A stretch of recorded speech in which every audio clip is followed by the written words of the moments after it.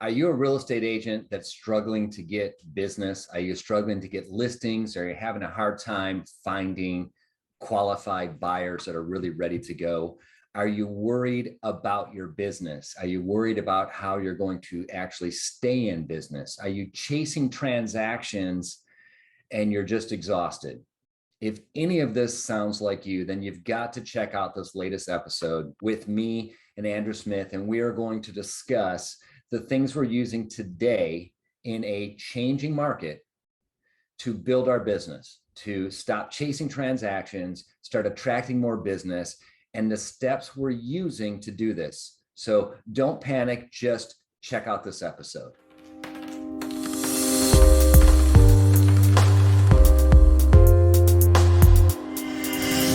What's up, Andrew? You're looking spectacular today, Troy. Well, thank you for the lovely comment. And you look pretty dapper yourself, sir. Well, thank you. I'm just cut my hair. Yeah, of course. Of course you did. That's what it is, man. That's what it is. So look, we're back. We're back with another episode, right? Back sharing some info, sharing hopefully a little bit of knowledge that maybe one or two people out there find valuable. And it occurred to me as we were talking, you and I have had similar conversations with agents in the last week, right? And again, it was all to do with current market conditions and people not exactly sure, well, where's the market going and what's going to happen. And the fact of the matter is, well, the exact comment made, right, is, I was talking to a prospective seller the other day and they'd seen on the news that mortgage rates are going, so no one's going to sell. So they don't think they should sell either. And I'm like, well, what do you mean? He goes, well, if somebody's got a mortgage rate at 3% and mortgage rates are now 5.5%, why would anyone sell their home and move? And so there was a desperation there, kind of the market's ruined. And I'm like, calm down here. Let's back up. He's like, I'm not sure I can get him to list. And I said, well, there's the first problem. If you think your role in any of this is to convince someone to do something, you're wrong to begin with.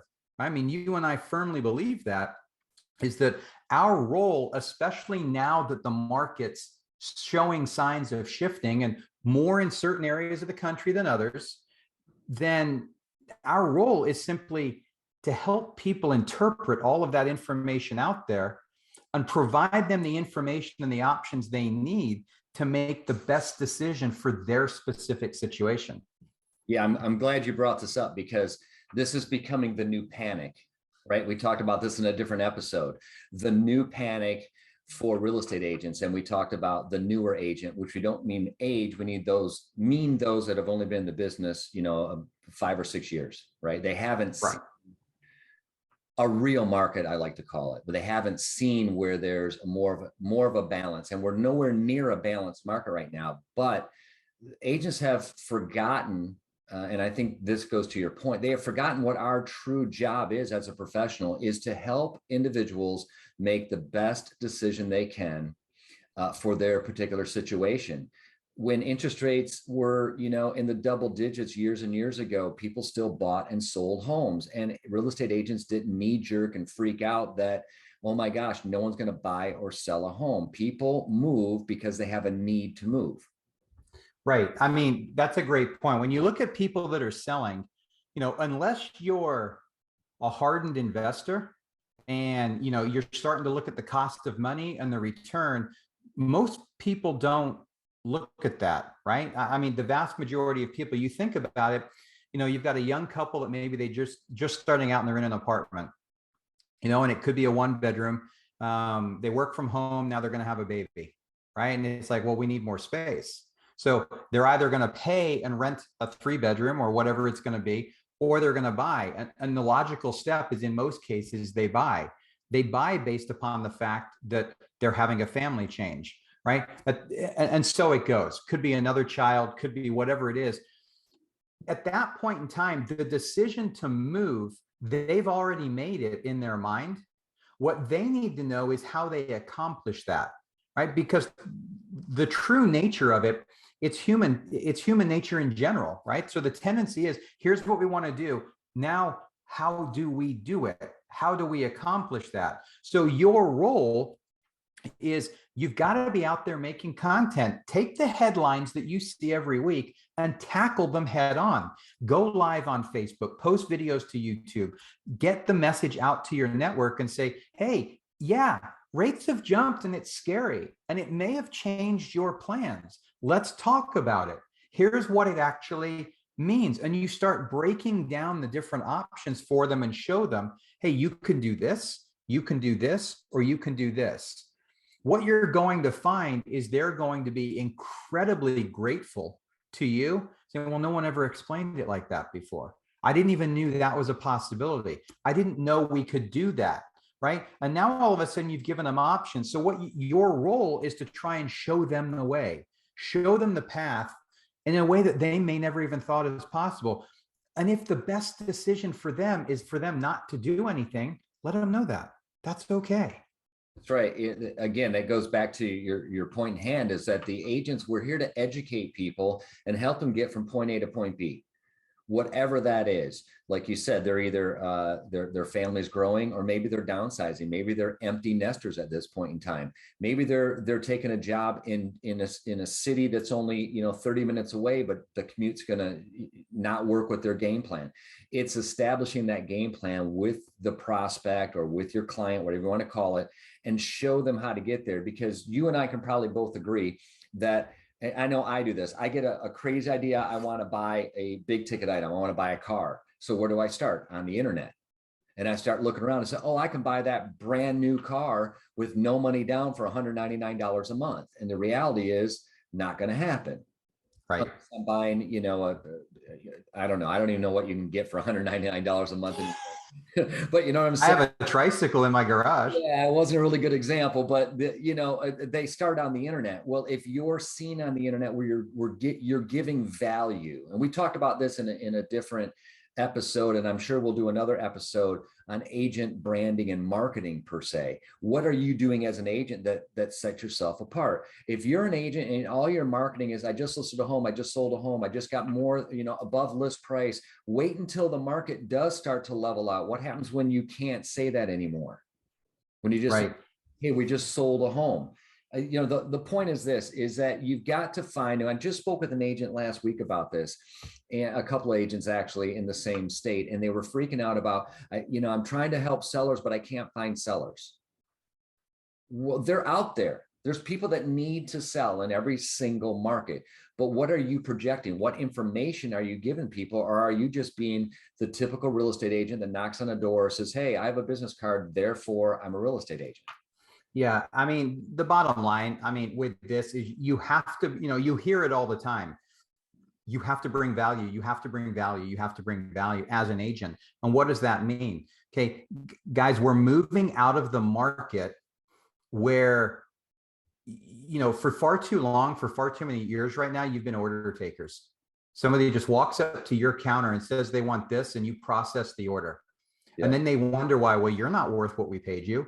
Right? You wonder where that comes from. Now is the time when you're going to have to show value. And for the agents that can't show value in the years ahead, they're going to leave the business. And that's fine. Not a problem. You see the same thing in the mortgage industry when it's super easy and there's a ton, and then all of a sudden the number of loan officers drops off, right? So if you're actually looking to make this long-term, you have to lead with value, right? So don't be afraid of the headlines, embrace them. Don't be afraid of the market that's going on. Embrace it. Be the advocate. Be the one out there that's saying, hey guys, I know rates have gone up, but let's look at this, right? So again, this comes back to, remember when you and I used to train newer agents, one of the biggest things that we used to focus on, what's your first step? What's an initial consultation? It's basically a needs and wants analysis. What do you need? What do you want? What are you trying to achieve? And then put the plan together to help that client achieve that. Okay, that's kind of disappeared the last few years, because it's like, well, here's what I want. Well, that's great, because what you want doesn't exist. It's not available. Here's what you can have. Take it or leave it. And if you don't want it, there's 12 other buyers right behind you that do. That's not going to happen. That's the market we're moving out of, which means you're actually going to have to focus in a whole lot more. So for starters here, get back to that, right? When you have another, when you're meeting a potential client, talk to them, understand their situation, understand what they're wanting to do, and then educate them, right? Have a lending partner that can share options and show what fits their, specific scenario. You do that over and over and over, and you start publishing that type of information, you will soon find that business will come to you, right? Because you're being honest and you're being genuine. I agree 110%. It's not just the content, it's being the professional. And you're totally correct. Not only have we been order takers, we've been running like DoorDash, right? We've been just cruising over to a house to show a property, and we don't know if the buyer's actually approved or not.